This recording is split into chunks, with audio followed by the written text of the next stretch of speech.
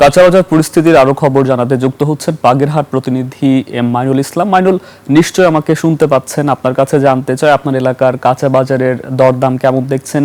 ক্রেতা বিক্রেতাদের মধ্যে কোনো প্রতিক্রিয়া লক্ষ্য করেছেন কিনা? সুকান্ত, আপনাকে ধন্যবাদ।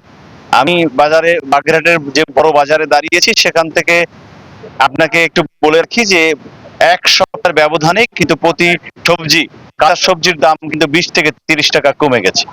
এই কমার কারণে কিন্তু ক্রেতাদের এবং যদিও এই সবজির দাম কমালেও কিন্তু আপনি দেখা যাচ্ছে যে ডিমের কিন্তু হালিতে বেড়েছে 8 থেকে 10 টাকা। এবার মুরগির দাম যেভাবে ছিল সেভাবেই এখন কিন্তু ঠিক আছে।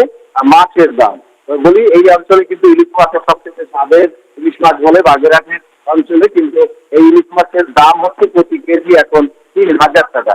সেটা আপনি একটু মাঝারি ধরনের যেটা আমরা বলে থাকি, সেটার দাম হচ্ছে 2000 থেকে 500 টাকা। আর যেটি একদম ছোট যেটাকে আমরা বলি, সেটার দাম এখন থেকে 1200 থেকে 1300 টাকা।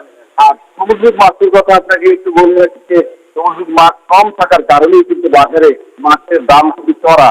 এই চড়ার কারণে কিন্তু ক্রেতারা আসলে মাছের তেমন একটা স্বাদ খুঁজে বার করছে না, কারণ কেনার জন্য ক্রেতাদের কিন্তু এটা মাথায় হাতের মতো দাঁড়িয়েছে।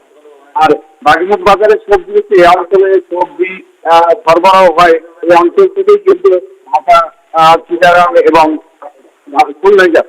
এই ছিল বাগেরহাটের কাঁচা বাজার থেকে আমার কাছে সর্বশ্রেষ্ঠ।